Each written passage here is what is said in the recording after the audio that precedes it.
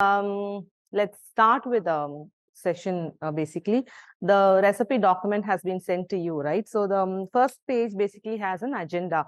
The agenda is broken down into steps, so you know in whichever stage we are in, and even if you like trying to come in between or so, you will know where exactly we are. So that is the order in which I will be doing the things today. Now there will be four dishes that we will be baking, right? And you know what the four are. Okay, and those four are basically the best sellers from our patisserie, and I'm just going to actually make them and show to you.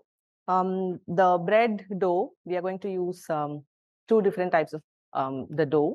So one of the dough we'll be using for the Korean bun and the stuffed garlic bread, both of them. And for the pizza, we'll be making another dough.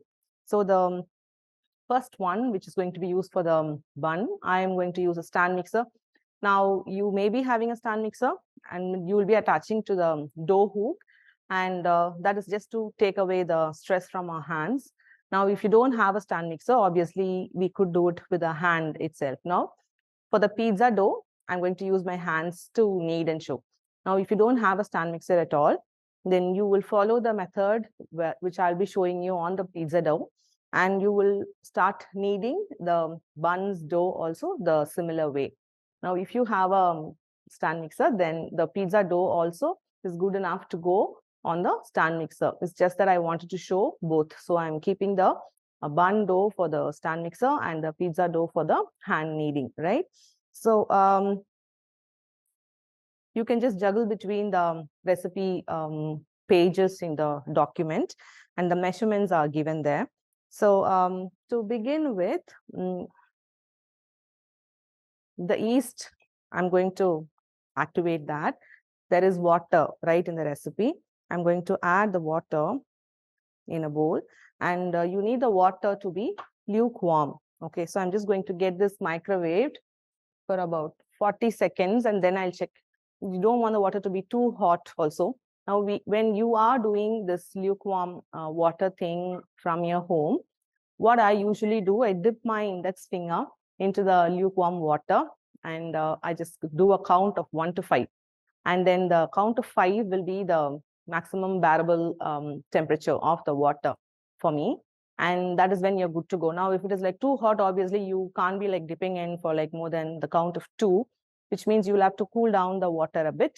But if it is like really easily bearable for you on the count of 5, then you allow it to heat up a little bit more.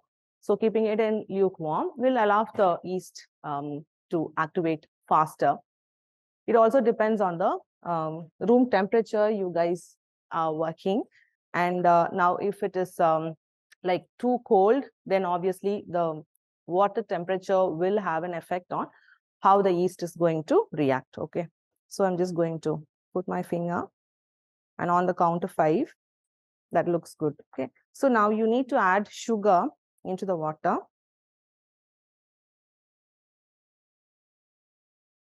I'm just going to mix the sugar up.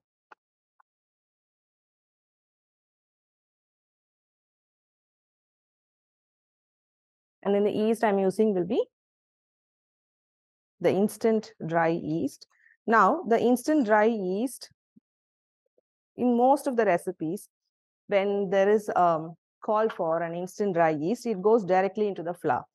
Now, when you are going to buy an instant dry yeast, say suppose you just have like a pack of 500 grams, right? And you are not someone who's making a lot of breads all the time, then that pack remains there in your shelf or something.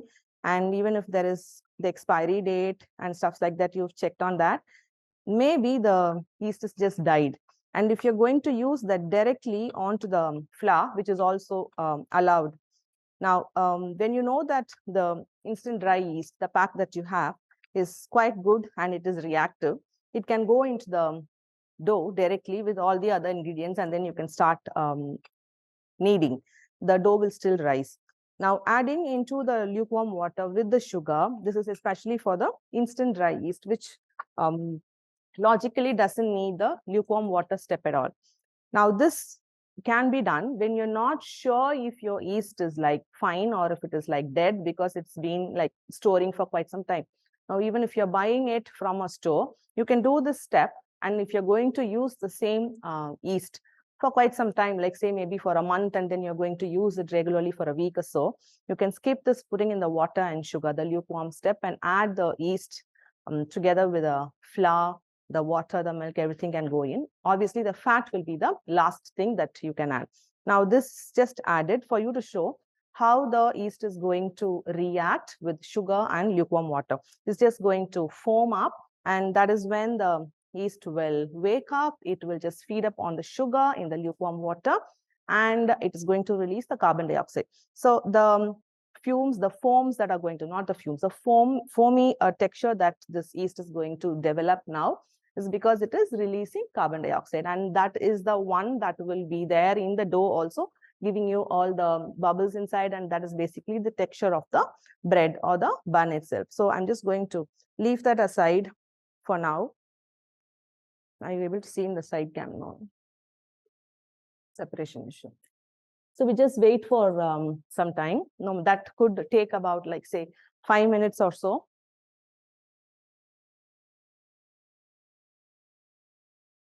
The question, the cursor, move the cursor. Is there Celsius for this one? No, it's just like, see, the exact temperature of this water actually doesn't make much sense because it also depends on the room temperature. Now, if it is like really very hot in the summer, even your room temperature water will still do the same logic. Now, if this yeast is going to be put on the flour and you're going to use room temperature water and start making your dough, the yeast will still react. It will still be awake. I mean, it will start waking up with the sugar that you're going to put in the dough itself. And obviously in winter, the water in the room temperature itself will be like really very cold, and that is when you have to heat it up. So it's like a warm water should be fine. Then water will just be as per the measurement. But when you're kneading the dough, when you feel like, depends on how quickly you're just going to put them together. If you feel like you want to just sprinkle a little bit of more water, unlike the cakes where you just can't change the measurements of the milk or water in the recipe for any sponge that you're doing. Now in the bread, there are things that you can slightly change to just get the texture of the bread that is easy for you to just knead. Now, if it is obviously too sticky, then sprinkling a little bit of flour as you're kneading will also make no harm to the process of dough making. So it's just starting to form the foam on the top. Are you able to see?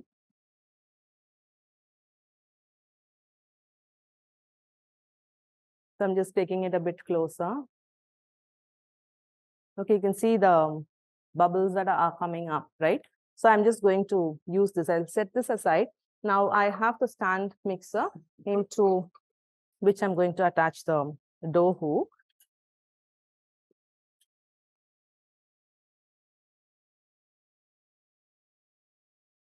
So into this bowl, I'm going to add the flour. Then I'm adding the salt as well. Just going to give it a mix so the salt mixes evenly.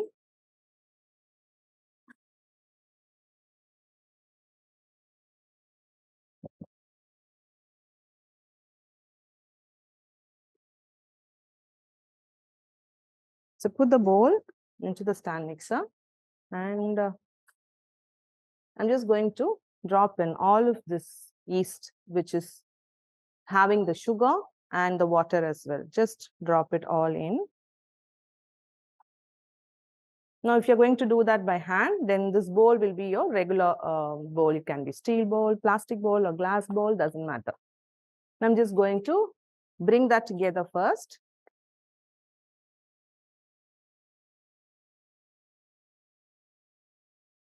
And while that is kneading, I'm just going to add in the milk as well.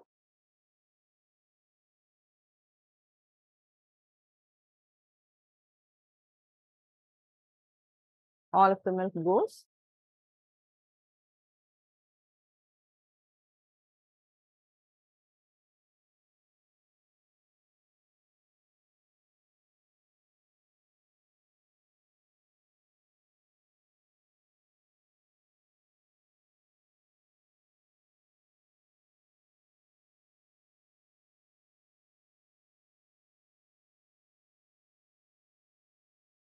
Just going to gather all the dry flour together.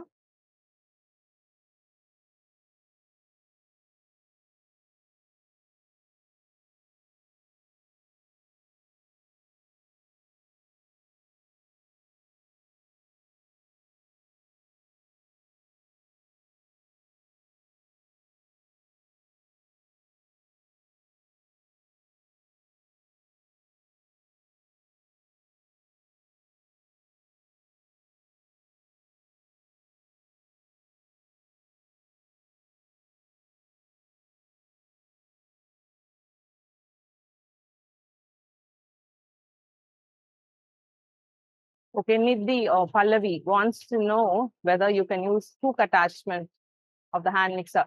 Now, is my voice still audible when the beater is still going on? And if then I will just keep talking when the stand mixer is going on.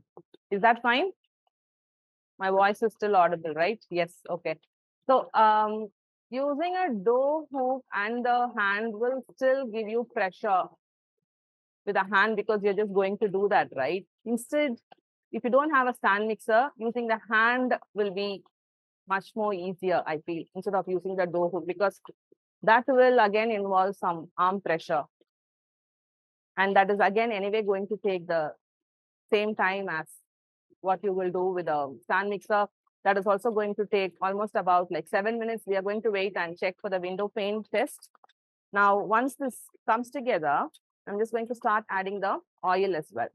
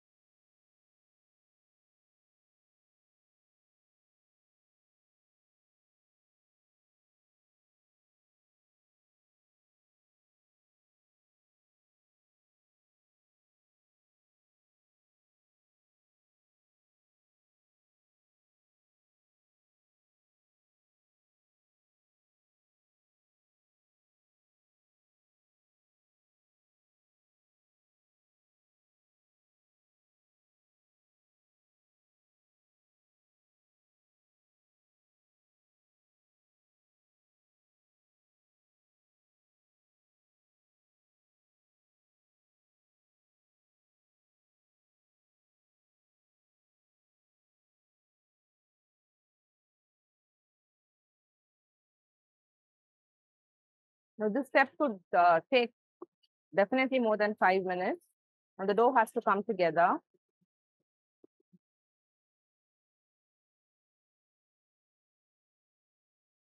I feel like the stand mixer's dough hook is just going to keep the dough not coming together.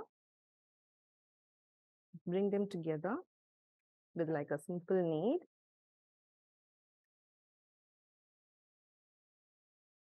So it just holds together, not just be separated when the dough hook is running.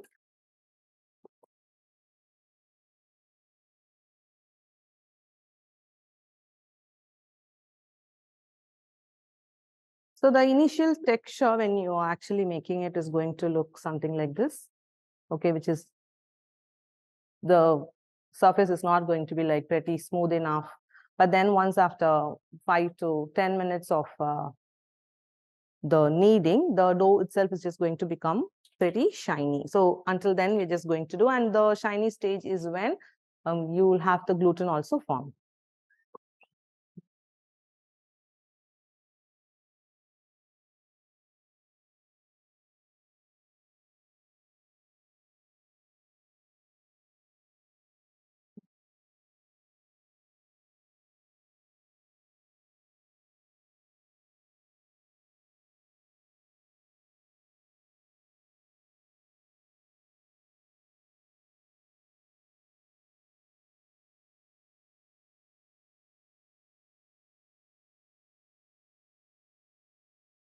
So I'm going to use the same dough. I haven't done any pre-prep of a dough that has been already proven, and to just show at what stage this is, because after the kneading, the first step, which is kneading and getting the gluten formation, we'll be allowing it to double up in volume. That will be the first proving. So the dough is just going to rise up, right? So to just speed up on the rise, usually the system that anyone would follow to make it easier for you also to have a flow of that entire thing is to actually have another set of dough that has already been proven. So once the step is done, we could just take that out and show. But I thought we'll just wait and see the same dough is what we're just going to have the first proving done and then the second proving, and that is what is going to get baked and cooked.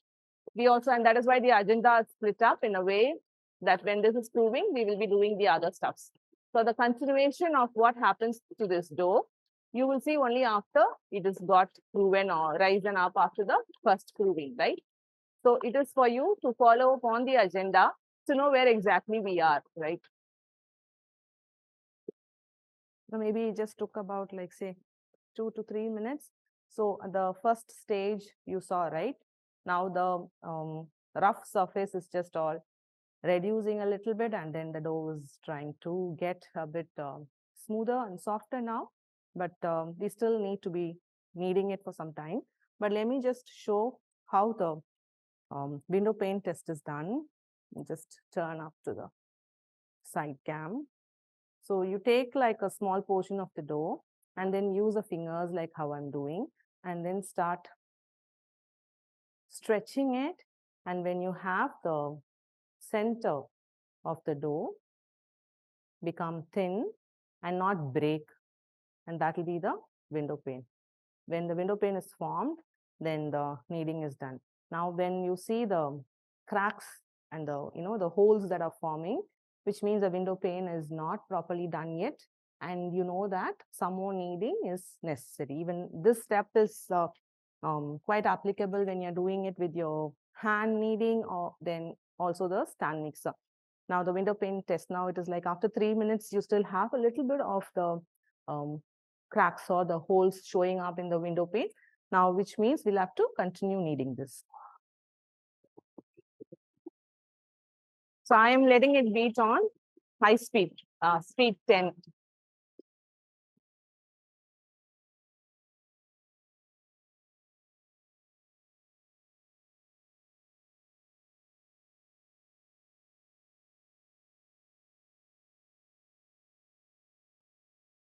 Now, by kneading it like really well, we are developing the gluten in the dough. So gluten is nothing but you can imagine like we are trying to form like an elastic, say maybe you can imagine like stretches of a lot of rubber bands together. Now, when you keep stretching the rubber band, it just not break, right? As you stretch, and that is what we are trying to check through the window pane. Now, if the elasticity is not formed really well, and that is when you will have the holes being formed, which means the strings of the elastic, which is the gluten, is just breaking. So you don't want the breaks to happen. When you know that the breaks are happening in the window pane, the gluten is not formed fully yet. So we are kneading it furthermore to allow the gluten to develop. Now, when the gluten develops, that is when the dough rises. Now, because we are adding yeast in that, the yeast is going to release carbon dioxide. And when there is this elasticity from the gluten, now when the carbon dioxide releases inside the dough, the gluten expands, and when the elasticity retains, the carbon dioxide gets locked as smaller air bubbles inside the dough, and that is what is the texture that you see as you cut through the bun. You have the smaller air pockets that are locked. Now, when the gluten formation is also keeps developing when the proving is happening, and when you allow it to prove for longer, how much of elasticity is there? There is a chance that the elasticity will also break open if the stretch is too much. So when you're allowing the carbon dioxide, the proving time is more, then there is more carbon dioxide that forms, and then the gluten strings just breaks open. And that is when you will have an overly proofed dough, and that also we're not going to allow from happening.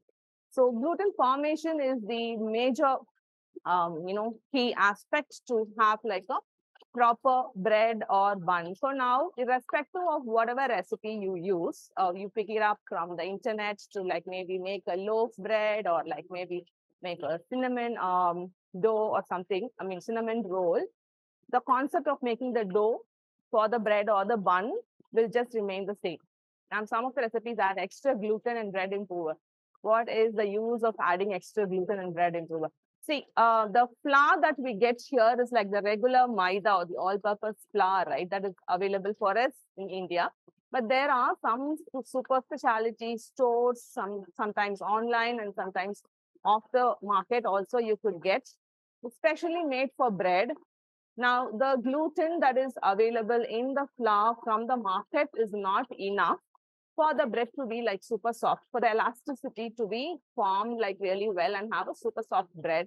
And that is when you're making it at home, it doesn't really, is not in comparison with what you get from a store-bought bread, right? Now, the addition of extra gluten will just make this flour, the all-purpose flour, a little more closer to having a bread flour. Now, there are bread flours, you can just find them on Amazon as well. And I just found out like an Instagram page, I think they are based in Delhi, not in the South. They are having a certain specific types of flours that are specific to, like say maybe flatbreads or like maybe, the loaf breads and then the buns where the gluten is already added in excess. And in those cases, you don't have to add extra gluten. Now, when you're using an all-purpose flour and you're looking at an even more softer bun than what you get with the result of what you are doing at home, then adding like say maybe for this recipe, you could just maybe add like 2 grams of gluten. Obviously, bread improver is also to have like an extra soft bread that you will get as a result. Now, for the same recipe, you can add 2 grams of gluten and 2 grams of improver. If you feel like you want to have your bread a little bit more softer than what you get, but suggest to just try this first and then check for the quality. And if you have the access of extra gluten and extra improver from the baking supply store, then you could just add 2 grams into the same recipe, 2 grams of each, and then test it out to see if you really want that extra softness in the buns, then there is no harm in adding that extra gluten and the bread improver. So now at this stage, now that it went on like say maybe for another 4 minutes, I'm just going to pick up some dough.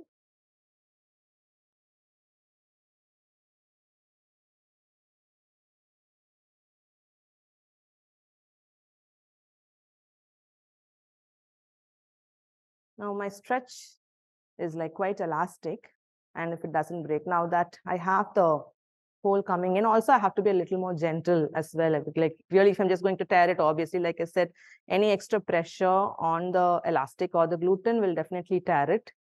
Okay, now that we have the holes formed, I'm going to continue kneading this for some more time to just check for the softness, like how it was initially.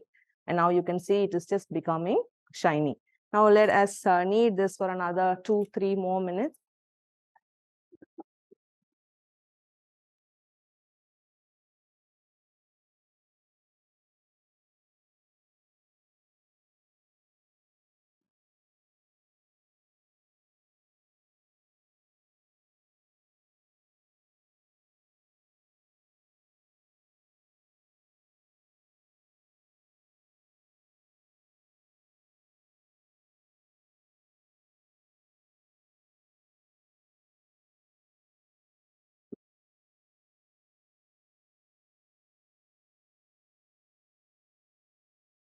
So now even for a stand mixer, obviously you can see the pressure on the machine, obviously for the speed.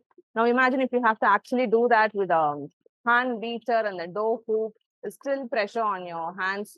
And to have the dough hoop control how it is going to knead, I prefer having it in your hand to knead, which I will show on the pizza dough. That is much more better than using a hand beater with a dough hoop.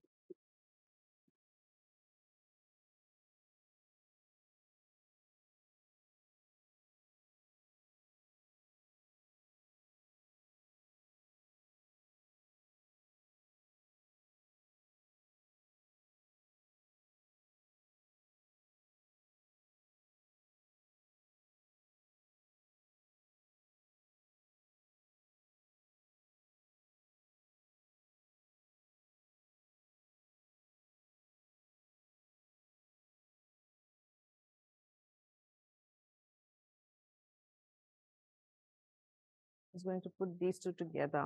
So it just kneads properly. So when you know that it is just separated out from this dough hook, just hold them together around the hook and then let it beat for some time.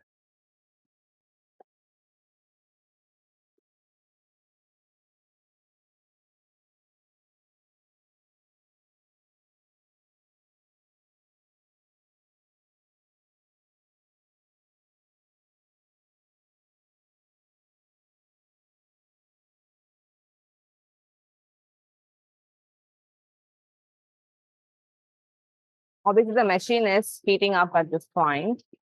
So you don't have to worry. Beating like say maybe max of 10 minutes together on high speed should be fine.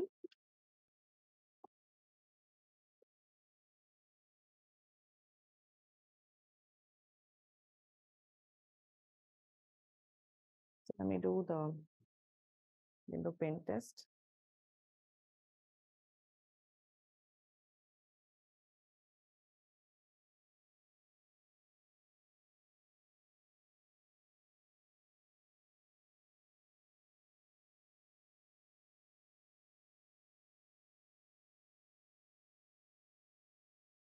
So now this one is not having holes. I'm like quite stretching it and you can see that it is almost translucent, right?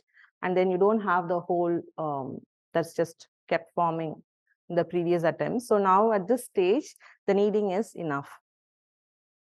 So sometimes, you know, with the temperature and the room that you kind of work, you know how long it is actually going to take.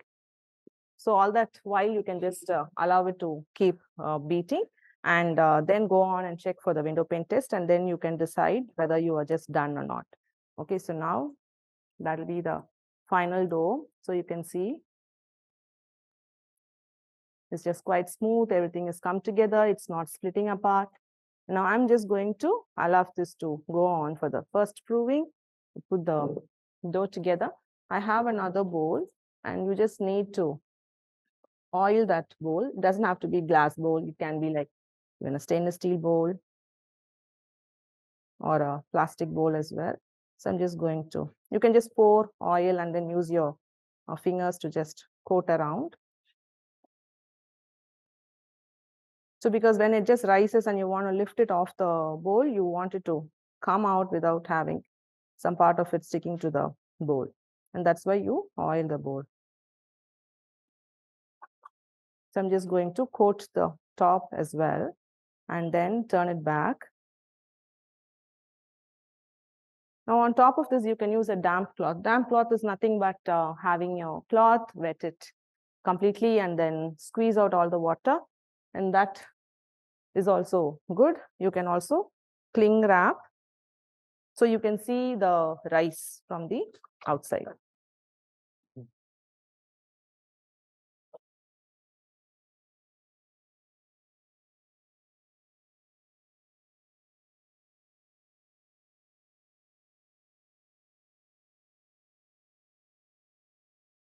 So I'm just going to leave this out now because say now there is AC now. If your kitchen is quite warm or hot because you're cooking there and then there is your oven going on in there. And if that room itself is like a hot kitchen, it doesn't have to be like really very hot, but a place where there is no AC, then this can just stay there somewhere in a warm place. Basically, maybe just keep it next to your stove, the burner or anywhere like that. Or like if your oven itself is like really very hot, you can just place it somewhere near that. Now, because we have air condition here, we're just going to keep it in a warm room where there is no AC, and that is preferred because if there is AC, the time that it is going to take to double up is going to get more. So you're just wanting to wait for it to double. So this is the same bowl I'll be taking out once it is doubled. That may come anywhere in between the agenda before the step of taking the dough back, because once it is doubled, we don't want to wait for long, because if it is overproofed, then obviously the gluten is all going to break, and we'll also have like over fermented dough, which will be too sour, and that flavor will not be like really very nice for the bun, but which will be the final product. So I'm just going to send it out. So this is the, you can show on the sides. So you can check for the size, how it is right now. Okay. And once it is doubled, we can just compare of how much it is just blown. Okay. So now this step is done. The next will be, you can go check on your agenda with a PDF that you have. I'll just clear up the table and we will start making for the garlic bread. It's like a stuffed garlic bread. This is not compulsory to add any vegetables inside, but then it is just an option for you to add vegetables. I just kept it all veg, but you could do any chicken or any filling for that matter, according to your taste and preference. Now we'll be using capsicum, the bell peppers and the corn.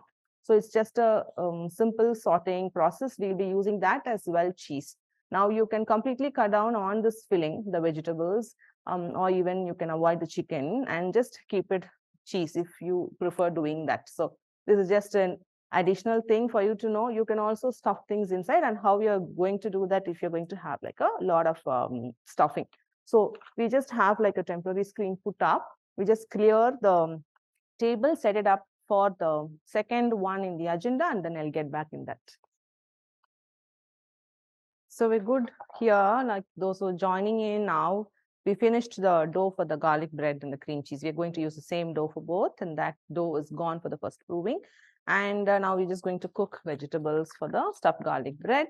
Now I have here, we can just side zoom and show the ingredients. Okay, so onion, bell peppers are here, and then corn. So these are the three main vegetables. Now here you can choose and add like say mushrooms, or if you're going to add paneer, then you can marinate the paneer. The marination of paneer and then sauteing it a bit, we'll be doing it for pizza. The same thing you can do, like it could be like a stuffed paneer garlic bread as well. And then if you're going to use chicken, then chicken is like in your own way, you could just cook, or like maybe have like a fried chicken, or like you can maybe make a tikka, and that also like cook them a bit first, and then that goes into the stuffed garlic bread. And then what I have, oil, chili flakes, and garlic is like very finely chopped, because that is nice that way, not to have like bigger chunks of the garlic. These are fresh, and then the spices are here, and then salt. So obviously these are something, the exact flavor that we felt like was good for our patisserie, and the same measurements are given here. Obviously you can change them according to your preference. You feel like you want to make it a little bit more spiced up, then increase the chili flakes, and then you can also increase your spices. Just go around and then you can figure out what really works best for you. So I have like a saucepan you can do on your stove top as well. And once it's heated up, then I'm going to add oil.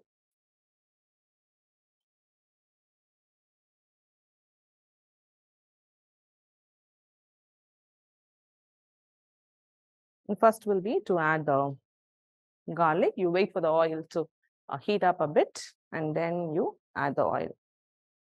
I mean the garlic, you just saute it until it is like light golden brown.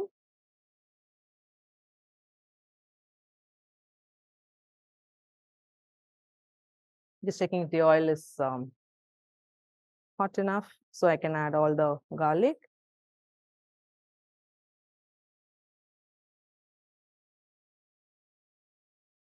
Now, could you just use like some fresh chicken and then cook them up? But then obviously the cooking time is going to be more. You wait and you know that the chicken is fully cooked with all these vegetables as well. That is also possible. So the way in which you're going to add the filling is definitely up to you, what you're going to use inside. And if there is going to be meat, then you will spice them up separately, cook them up, and then add it together with, say, maybe sauteed vegetables. Now here again, you can just skip out the bell peppers or the corn if you don't like, and then add whichever you feel is like apt to go inside your stuffed bread. So now the oil is hot.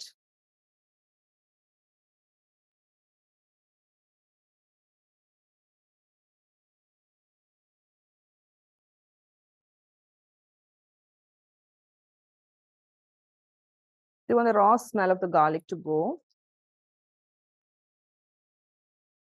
Just going to make it medium flame.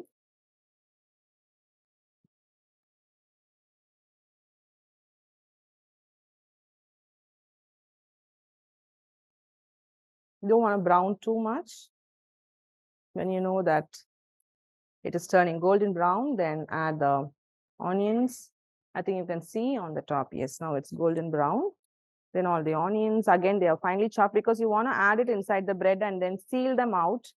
So you want like tiny pieces of these so it just doesn't cut through the bread and then pop out. You just want them to be like really fine. So now onions, again, this is just basic cooking logic to have your garlic sauteed first and then onions go in and they become translucent because the raw flavor of the garlic and onion is quite strong, right? That we kind of do when we are cooking for our regular meal as well.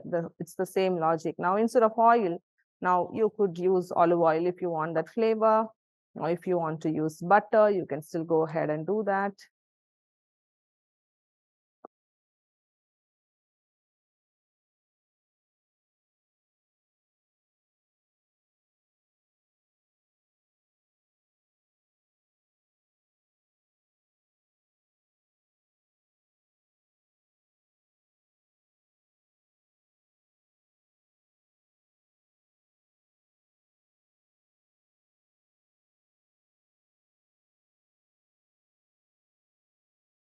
So you don't want the onions to be browning up like any of your curries. Turning translucent and then going one stage up is something that maybe I would like. So I'm waiting for that. It's gone into the translucent stage already.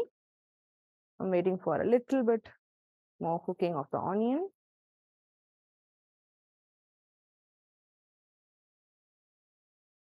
Now the stage, I'm going to add the bell peppers and the corn. So now corn is already boiled.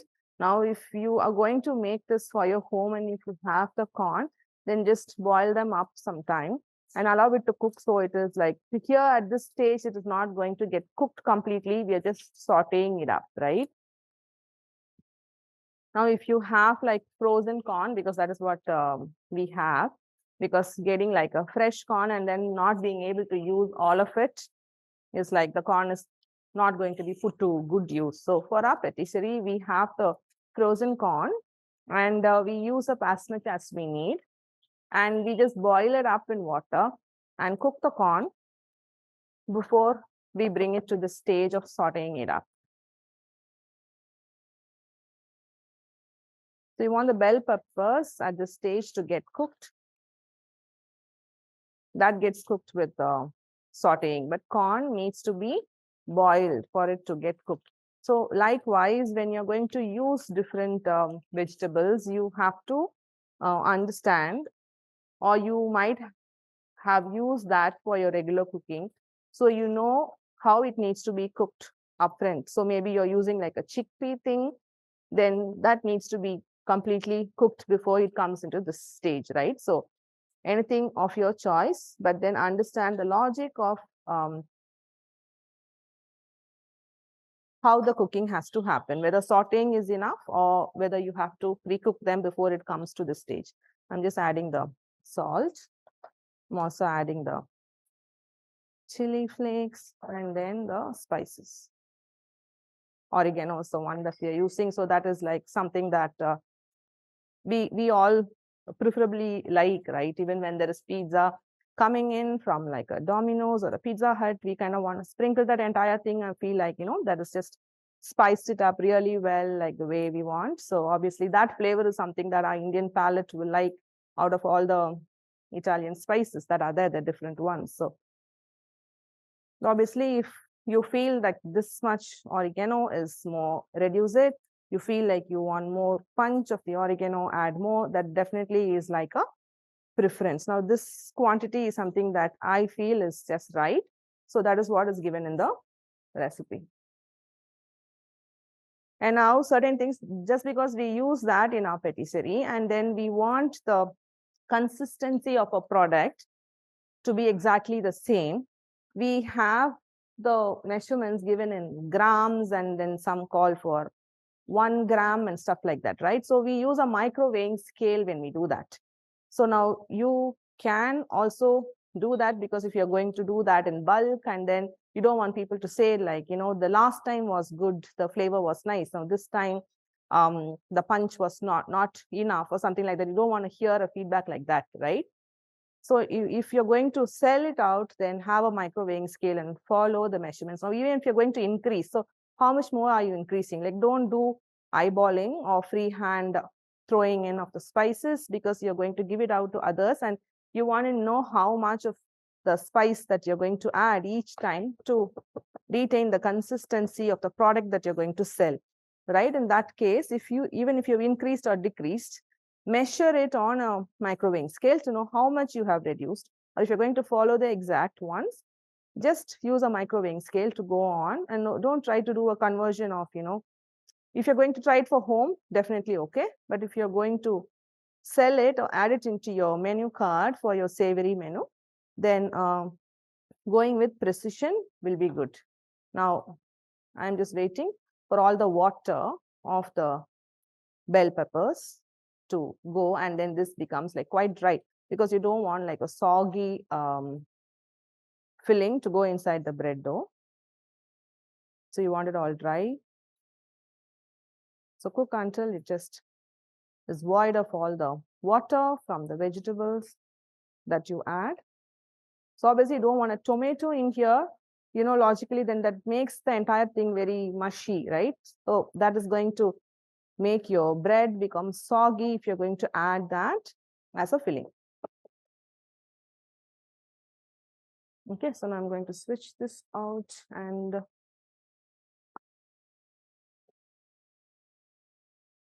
transfer this into this bowl and then allow it to cool down a bit.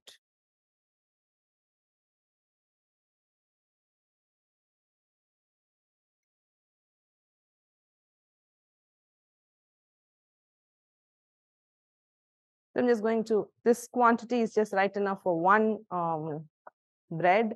And if you're going to, but then that dough is like pretty much more. We are going to make the buns and then the garlic bread as well. Now, if you're going to use the entire portion of the dough for making only the garlic bread, then all the portions that is given there for the filling, you can just double and triple depending on how many garlic breads you will be making. So this is just right enough for one bread. So I'm just going to let this cool. How is the dough for the bun? We'll just check how much it is screwed to decide if you should go ahead with the pizza sauce.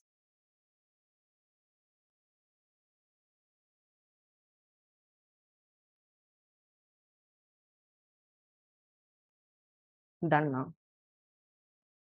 So I'll just show this now, then we just take a break to clear up.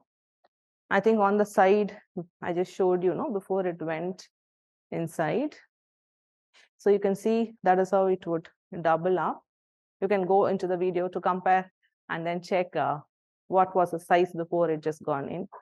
So we will just go on with the garlic bread thing, because we also have the filling for the garlic bread, and we can shape up for the Korean buns as well. So that will be number 7 is what we will do. So the 4, 5, and 6, we will do it after we have done the garlic bread, right? So I'll just clear up the table and then we prepare for the next stage for making the garlic bread and then also the dough for the Korean buns. The first proving is done. On the sides, I think I showed you earlier. Now also you can just take a look on the side. Okay, so you can see it's just doubled, right? And just going to open the cling wrap to also show the top or how shiny and smooth it looks. Okay, so the surface looks like that, well-proven dough, and it also has raised up. So now I'm just going to knock down the dough. Knocking down is like releasing up all the carbon dioxide that has been locked in. Just give a gentle knead. You don't have to knead like so much. Roughly bring it together. Now you can see the texture, how nicely it looks. Stretchy. Okay, and now for the garlic bread that we do in our patisserie, we have done the pricing to make sure the cost is like not too less for what we give. So we have weights for all the, even the dough is weighed. So we go by the weight and the recipe has it. It is 100 grams of the dough. I'm just using a scraper, or you also call it the bread cutter. It is 109. That is fine, I think. Okay. So the rest of it will go for,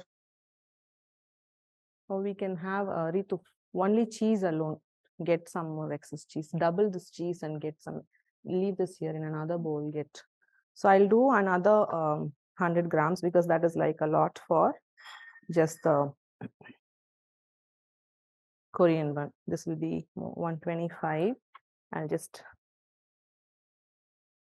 109. Okay, so 103. So these two, let me have it for the stuffed bread. Now let me finish the stuffed garlic bread. I have this baking tray. Now I'm just going to pull this and then pinch them all to the bottom.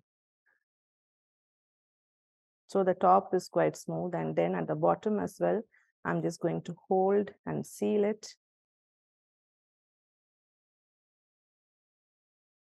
So it's not going to open up. Now this, I want to roll it. You can flour your counter, but then because it is silicone mat, it is not going to stick. So I'm using, because it also has quite a good amount of oil.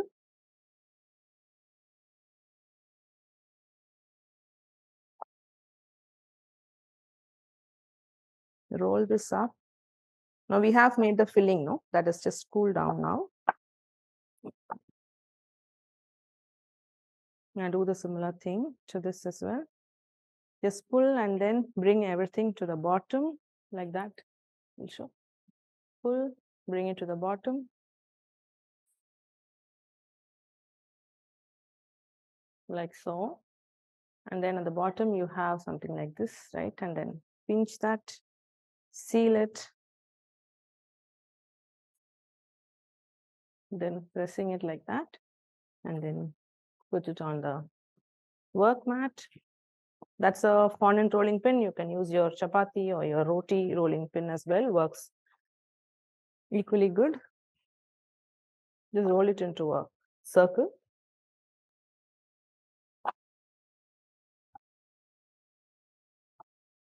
Rolling it quite thin, like how you would do for your naan or your roti. But obviously, because the gluten is there, it's going to keep moving in. I mean, it will stretch itself inward.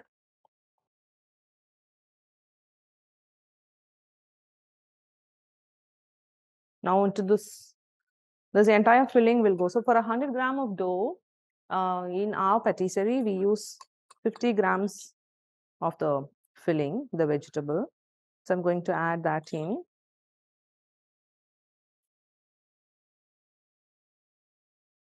All of it. And that's why we call it stuffed garlic bread and not just garlic bread. For that one, let me just use the cheese. And into that, it is 50 grams of the cheese. Cheese, obviously, you can use a pizza cheese or the processed Amul cheese. It is just up to you. You want that stretch, like how it is there in the Domino's pizza, then use the mozzarella because that cheese has the stretchiness. Now I'm just going to hold from both the ends, bring it to the top and pinch, because that is quite a lot of filling. You should have added water, right? Brushed water, or you can just use your fingers. Now, because you're going to pinch, you want the edges to be sealed and not open up even during baking. So that is water. So before pinching stage, just use your fingers, put the filling in.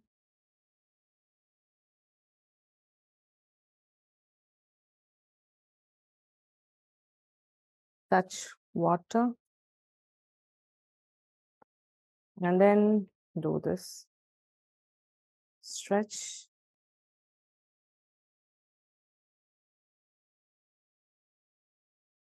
Pinch.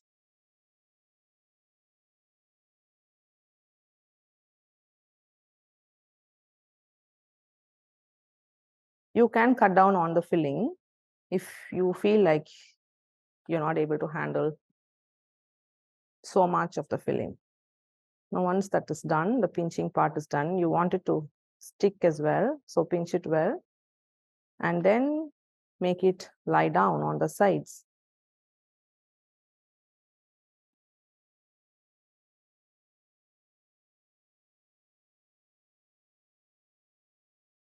You don't want it to open up while baking. Also, this part, you don't want it to be too fluffy like that. Press it down.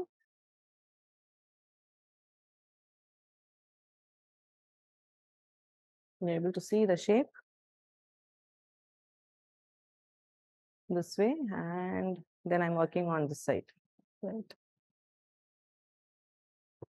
So I haven't read through the questions. You can just type. Let me finish this and then read through the questions. Making sure the sealing is quite fine. And then I'm going to use a fork.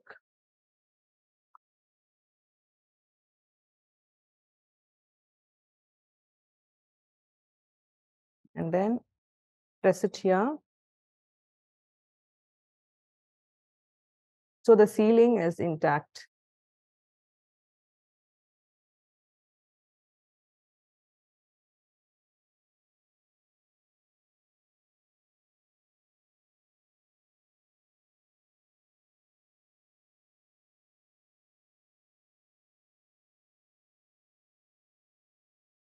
And now we want to slit the top. Visible? So you don't want it to go deep.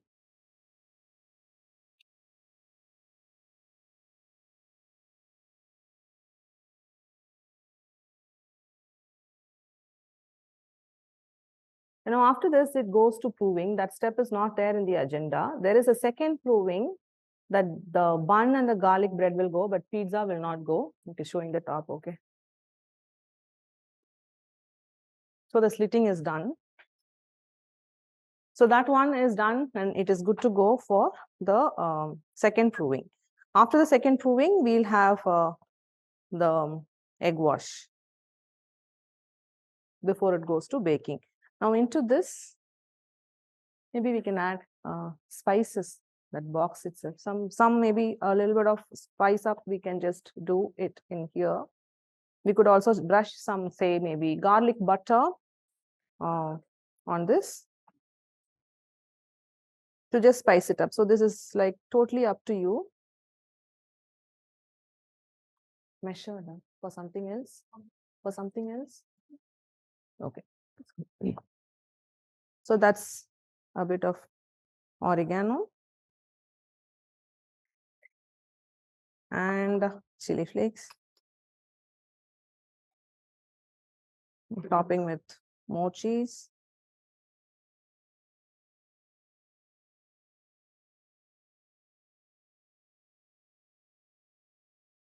Now, before the cheese part, like I said, some garlic butter brushing on the dough will also make it tastier. Now I'm going to catch them on the top, before which you want to rub water on the edge of the dough.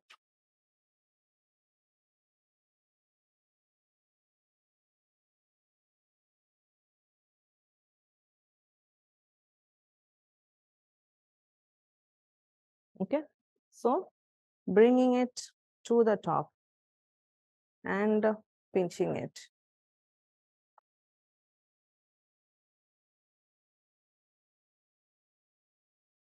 And making it lie on the side.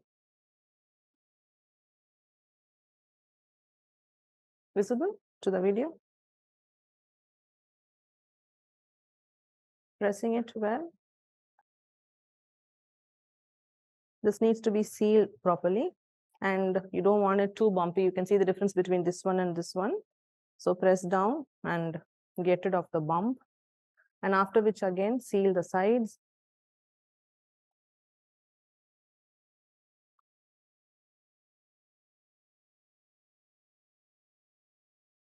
And then use a fork.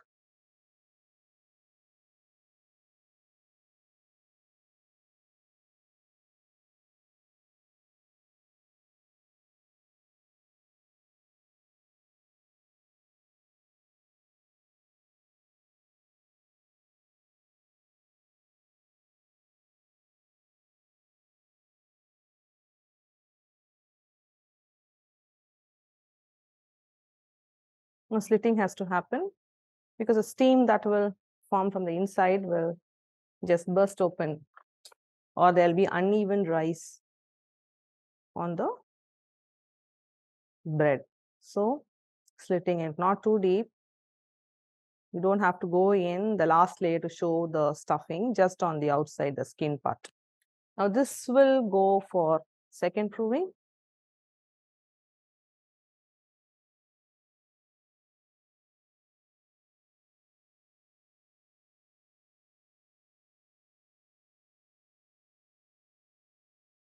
To just make it look nice when it comes out of baking.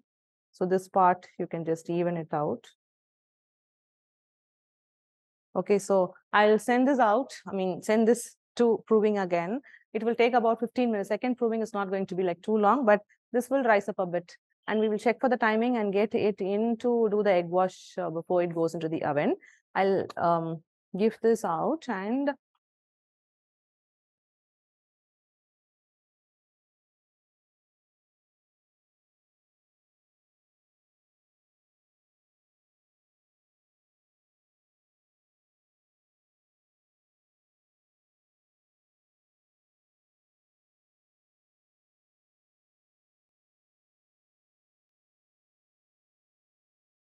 so one has the stuffing of the vegetable and one is just the cheese with some spices that I've added in.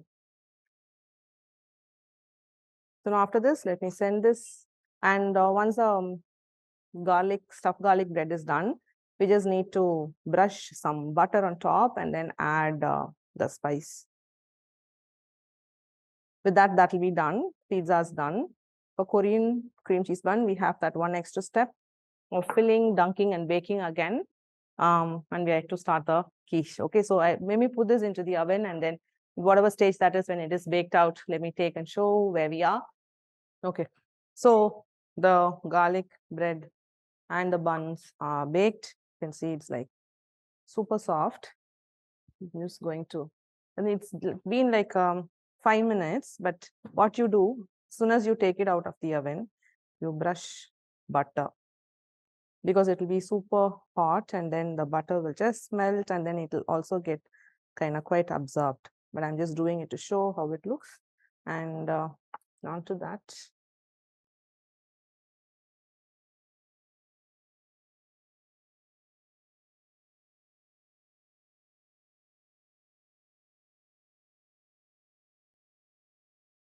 That's oregano on the top.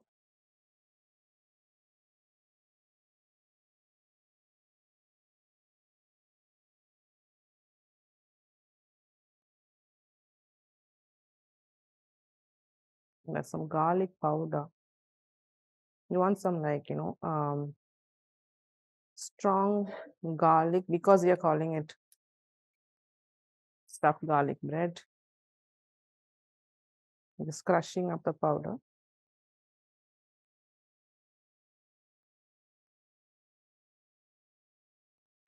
So that's garlic powder. You can if you want to avoid, you can avoid this if you don't have. But then to infuse like a lot of garlic flavor, you can mince the garlic or chop them fine and add it into butter, and you can brush the dough on the inside before adding the vegetable filling and the cheese filling. Before that stage, you could brush garlic butter. That also will give you a good garlic flavor.